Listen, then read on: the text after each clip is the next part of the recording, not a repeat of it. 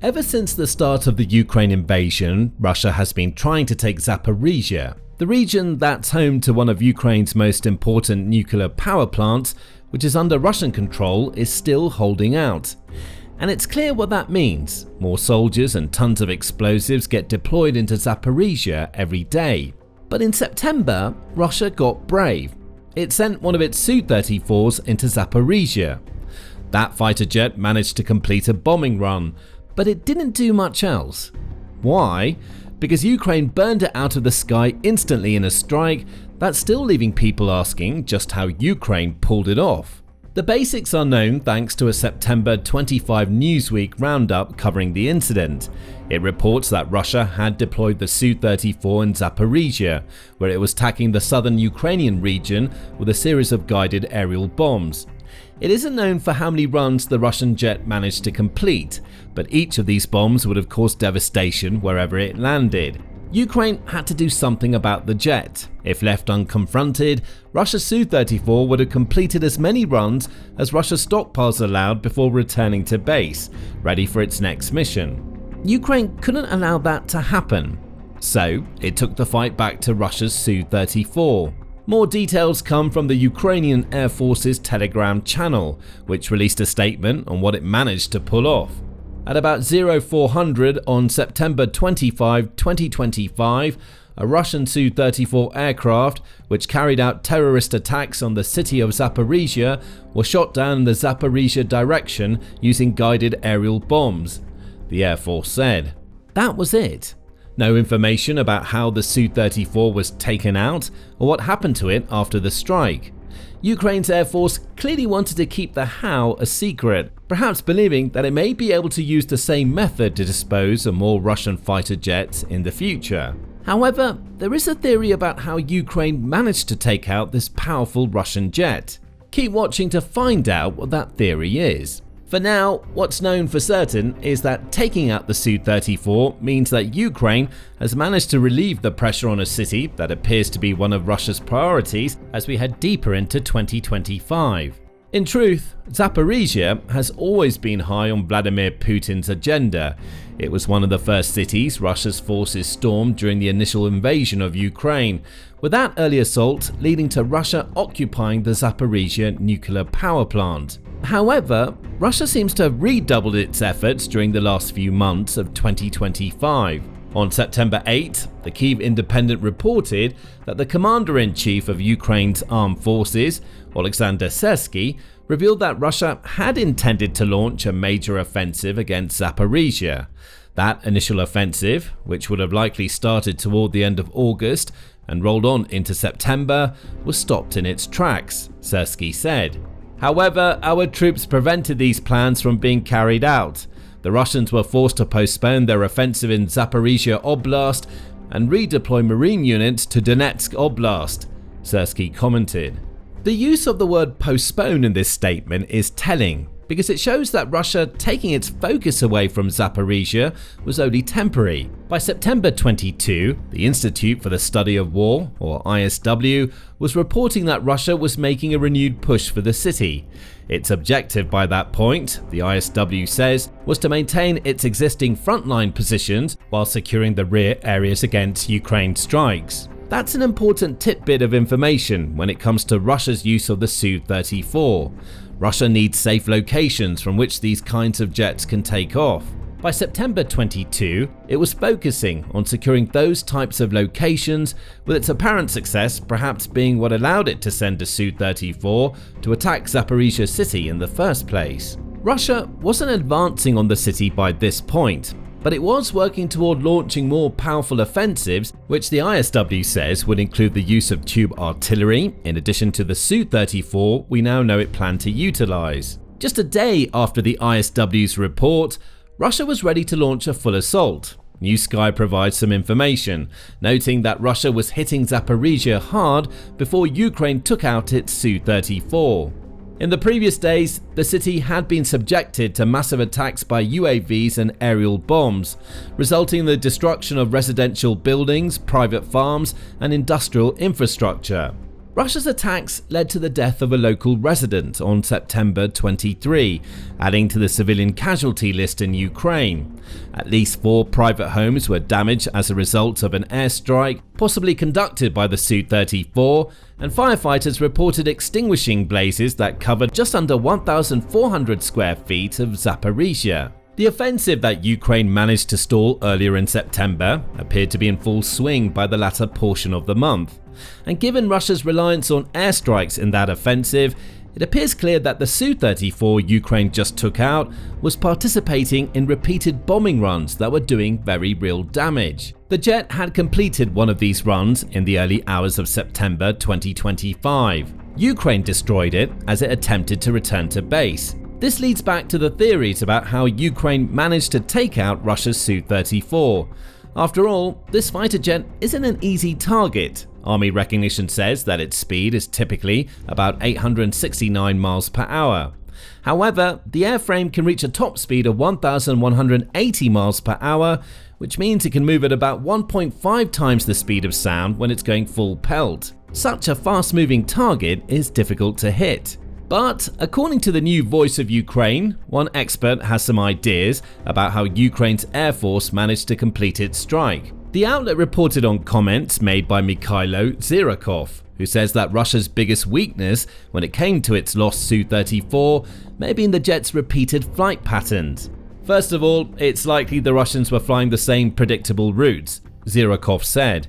And you know, when there's no resistance, people on the front, the pilots in this case, lose some vigilance, they lose caution. That's why an ambush by the Ukrainian military was only a matter of time. Zhirikov makes a good point. Thanks to New Sky's report, we know that Russia has been launching aerial assaults using guided bombs on Zaporizhzhia since at least September 23. That means it could have sustained 2 full days of these types of strikes before Ukraine took out the jet used for them. If complacency had crept into the Russian military, as is possible given that the jet seemed to have conducted several successful strikes in succession, then the opportunity for an ambush would have arisen. All Ukraine needed to do was track the jet on its bombing runs to figure out where it came from and how it flew back to base. After that, it was a case of waiting. And waiting. When the Su-34 embarked on its now familiar route once more, Ukraine was ready for it. Zhirikov also had some ideas about what weapon Ukraine used for its ambush, as reported by the new Voice of Ukraine. I think it could be anything, from a roaming Patriot to being caught by F-16 missiles, which we now have plenty of, he claimed. The only question is coordination, because targeting with an F-16 requires an airborne early warning aircraft. I believe such a plane from Sweden has arrived in Ukraine. Both options are plausible, especially if Ukraine had managed to establish the Su-34's route for an ambush. If Ukraine used an F-16, it would need the Swedish aircraft that Zhirikov mentioned. That's likely the ASC-890, which the new Voice of Ukraine reports that Sweden sent to Ukraine toward the end of August. Also known as the Saab 340, that aircraft is equipped with a PS-890 Eri radar that has an active phased array antenna. This radar is resistant to electronic interference, and it can detect targets up to a range of 450 kilometers or 279 miles. But most importantly, the ASC-890 is able to communicate with F-16s. It utilizes the Tactical Link 16 network that the F-16 uses, which allows for the simple transmission of data between aircraft and targeting computers. The ASC-890 would simply need to have detected Russia's Su-34 from well outside visual range, and the Russian jet's location would be transmitted near instantly to a Ukrainian F-16. All the F-16 would have to do from there is launch the appropriate missile, and the Su-34 pilot would have never seen Ukraine's ambush coming. At least, not before it was too late to do anything about it. The downside to this approach, and perhaps the reason why Ukraine might not have used it, is that it requires 2 important aircraft to take out one Russian fighter jet. There's risk involved. Ukraine has already lost at least 4 of its F-16s as of June 2025. So it's always going to be wary of taking a risk with the rest of the airframes that it has in its stockpile. Losing the ASC-890 so soon after receiving it would have also been a major blow. So the question becomes, was what Ukraine pulled off on September 25, the first of what may soon be many examples of its F-16s and Swedish radar aircraft working in tandem? Or did Ukraine use another method to take out the Su-34? If it's the latter, then the Patriot is one of the few air defense systems Ukraine has that's more than suitable for the job. Modular and extremely mobile, the Patriot can be moved to any location where it's needed.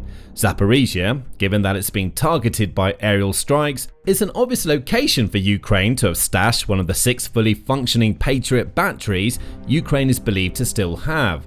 So, if we assume the battery was already in the Zaporizhzhia region, it wouldn't have taken much for Ukraine to conceal it in the perfect ambush position, especially if it knew the Su-34's typical flight path. Patriot missiles are also fast enough to not only keep pace with a Su-34 flying at full speed, but to catch up even when it starts a fair distance behind. PBS says that the Patriot missiles can reach speeds of Mach 3, which is about twice the speed of the Su-34.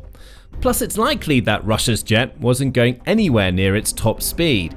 Remember, Ukraine likely laid an ambush to take out the Su-34. That means the jet was likely cruising, with its pilot having no idea that a threat lay ahead. Of course, this approach has a downside too. While the risk to a Patriot system is lower than the risk a Su-34 presents to the combination of an F-16 and an ASC-890, the risk still exists. F-16s may be in relatively short supply, but Ukraine really needs its Patriot batteries. Again, the question comes down to which of these pieces of equipment Ukraine was most willing to lose in the strike against Russia's Su-34 if the worst had come to pass. In the end, the specific method Ukraine used is less relevant than the result. Russia lost another of its Su-34s, and with that takedown, Ukraine brought the number of aircraft Russia has lost since it launched its invasion to 427. The introduction to this video mentioned that Russia had gotten brave by sending its Su-34s into Zaporizhzhia, particularly a part of the region that it doesn't currently occupy. This high aircraft casualty rate is the reason why Ukraine has proven itself more than capable of taking out some of Russia's most advanced airframes. Russia just learned a lesson that Ukraine taught it within the first few months of the invasion. Send fighter jets into Ukraine, and those jets have a very good chance of being shot down. At this point, skeptics will be asking how we really know that Ukraine managed to shoot down the Su-34 at all. It's a good question to ask. The Ukrainian Air Force's Telegram post provided practically no details about the strike beyond stating that it happened, and just how Ukraine pulled the whole thing off is still a matter for debate. But any lingering doubts will be erased by Militari's report on the incident. On September 25, it published the breakdown released by the Zaporizhzhia Telegram channel. Zaporizhzhia is a monitoring channel that focuses specifically on the Zaporizhia region, and it was able to provide a minute-by-minute breakdown of what happened to Russia's Su-34. Its first report came at 4:03 AM local time, which is when the channel claimed that there was an incoming threat from Russia that involved aircraft and corrected aerial munitions. 4 minutes later, the channel reported Russia's planes had reached the launch line. Notice the plural planes and not just plane. It appears that Russia's Su-34 was accompanied by other aircraft.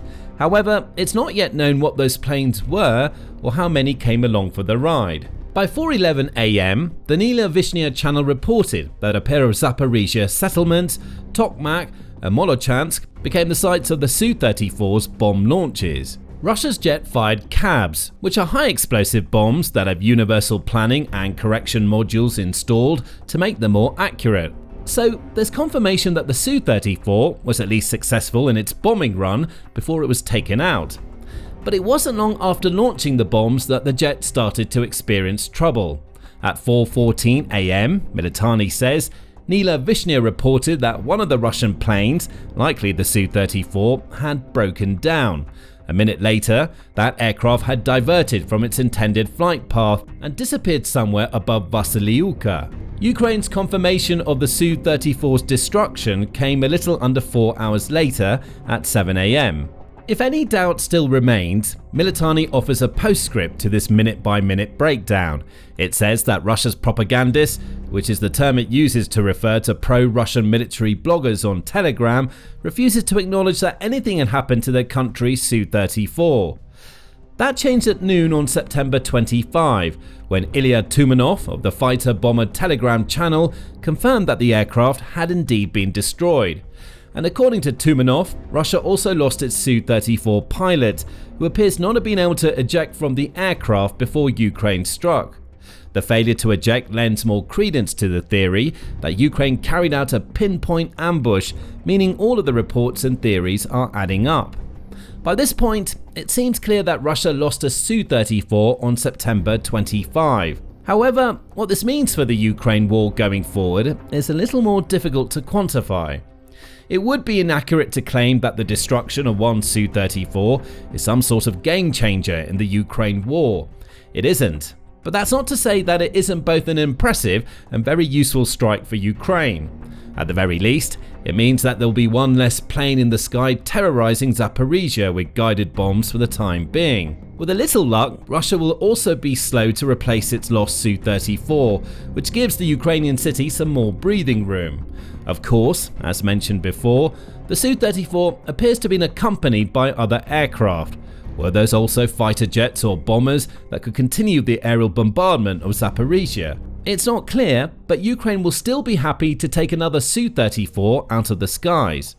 And the word another is used here because the Su-34 is one of the most commonly deployed Russian aerial platforms, and also the one to which Russia has done the most stockpile damage. Newsweek notes that Oryx, which uses visual evidence to confirm which pieces of military equipment have been definitively lost on both sides of the war, says that Russia has lost 39 of its Su-34s before September 25. That would make this most recent loss number 40, and there is a chance that the real number is higher. Russia may have lost other Su-34s without any visual evidence being present, meaning those lost airframes wouldn't be counted by Oryx. It's also worth mentioning that this isn't the only Su-34 Ukraine has taken out during the last few months. On June 27, United 24 media reported that Ukraine's Security Service, or SBU, conducted a successful drone strike against the Marinovka airfield. Satellite images later confirmed that this strike managed to damage another two Su-34s, so it's clear that Ukraine is targeting this particular aerial platform as often as it can. And it should. Russia is having a hard time replacing them. That may be a strange statement to hear for people who've already heard that Russia received a new batch of Su-34s in mid-September. The Kyiv Post reported on this delivery, noting that Russia hadn't announced how many airframes Russia had received. That's the rub. It seems as though Russia received at least two, the Kyiv Post says. If it's more, it won't be much more, and a new delivery of two Su-34s is nowhere near enough to cover Russia's losses of this particular jet. Another report from the Kyiv Post adds that Russia is struggling to build more Su-34s due to Western sanctions. An examination of the wreckage of one of the jets revealed that the aircraft requires at least 221 components sourced from 59 companies across 8 countries. Japan, the US, and several European Union states are among these countries, with all three having plenty of sanctions against Russia. Ultimately, that means Russia can only build a trickle of replacement Su-34s, so every one that Ukraine takes down is a substantial strike against Russia's aerial power. That will be the lasting legacy of Ukraine's September 25 strike. The takedown of another Su-34 won't change the course of the Ukraine war. It also won't outright stop Russia's aerial bombardment of Zaporizhzhia, though it will slow that bombardment down. However, the September 25 strike serves as a reminder that Ukraine can take down Russian jets. Maybe now, Russia will think twice about unleashing another Su-34 in Ukraine, especially as its stockpiles are dwindling and there seems to be little chance that it can build them back up again. Now, Ukraine's takedown of Russia's Su-34 seems to involve the use of relatively modern weapons.